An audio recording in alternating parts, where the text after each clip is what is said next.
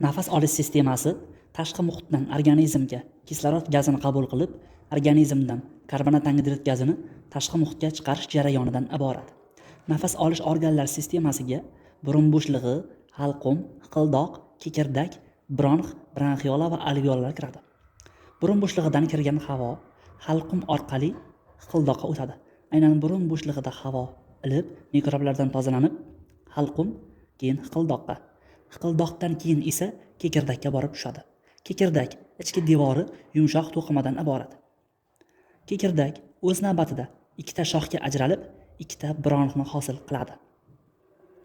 Bronxlar o'z navbatida bronxiolalargacha shoxlanadi, ya'ni juda ham kichik mayda shoxchalarni hosil qiladi. Har bitta bronxiolalarning uchi esa mayda havo pufakchalari, alveolalar bilan tutashgan.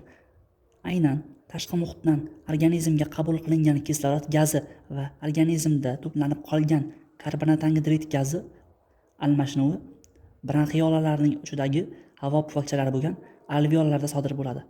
Chunki alveolar devori bir qavat yupqa epiteliydan iborat bo'lganligi uchun gazlar almashinish jarayonini yaxshilaydi.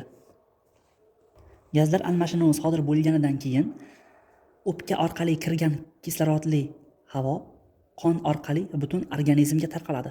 Organizmning ayrish mahsuloti sifatida chiqarilgan to'plangan karbonat angidrid gazi esa ko'krak qafasi muskullarining qisqarishi va o'pkaning qisqarishi orqali qaytib burun bo'shlig'idan tashqi muhitga chiqib ketadi.